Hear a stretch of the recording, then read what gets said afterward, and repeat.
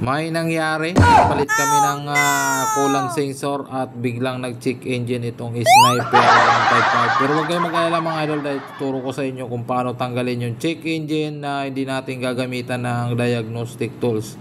At meron tayong gagamitin dyan na napakamura lang. So ito mga idol, pakita ko sa inyo. Oh, check engine. Ayan o. Oh, tapos pag sinaksak natin yan, ano na yan, tawag dito, mag-iilaw na yan. Ayan o. Oh. Automatic. Oh, tapos hanapin natin yung, ayan, i-on natin yung susi. On. Dito. On lang ha, hindi pa panda rin. On lang, on. On lang ha, on lang. Hindi pa panda rin ha. Hindi pa panda rin. Ayan ha. Hanapin natin yung Bluetooth tayo. Yan, OBD2. Ayan o, OBD2. Ayan o.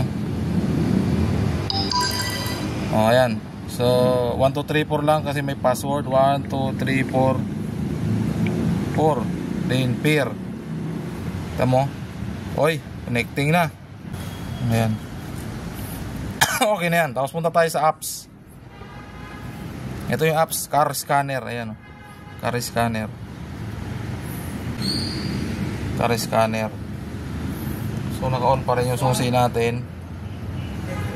Ayun o. So yan, ayun.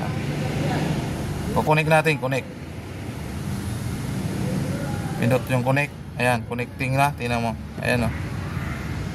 Antayin natin na mag-green. Ayan o. Ayan, connected na siya.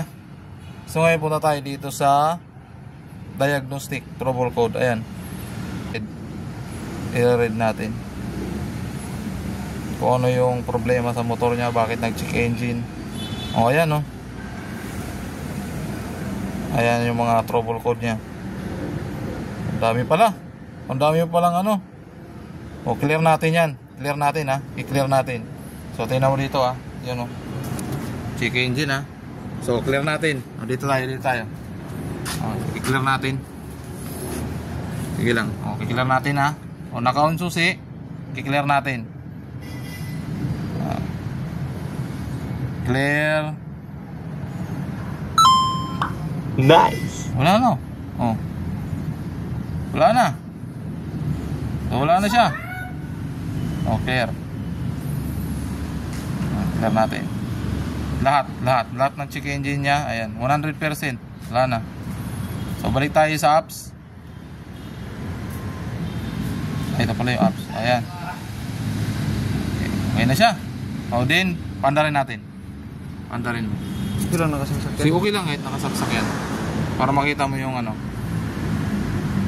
Sige ha. Oo. O yun. So makikita mo dito yung ano mo, yung mga sensor mo. Ayan, yung mga sensor mo.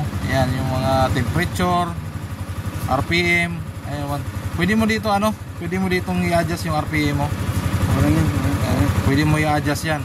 Pero hindi natin i-adjust syempre kasi nasa 1.4 naman siya. O ayan, yung throttle position.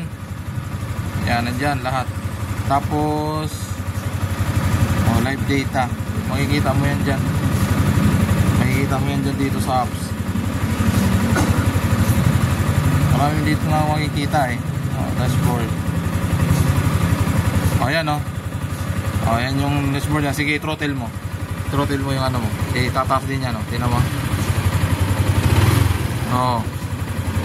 So maganda talaga yung apps na to. Yung OBD ito ngayon. Didisconnect na natin ito. Patayin na. Patayin mo. Patayin muna natin mga idol. Patayin na. Tapos ito, tatanggalin na natin. Ayan ito. So ito muna, disconnect muna natin to. Ayan. Haba na to. Tapos delete. Ayan. Okay na siya. So ngayon, moment of truth na tayo. Ito lang yung ginamit natin, no? Ayan. So Sniper 155 yan ha. Sige, natin kung meron pa.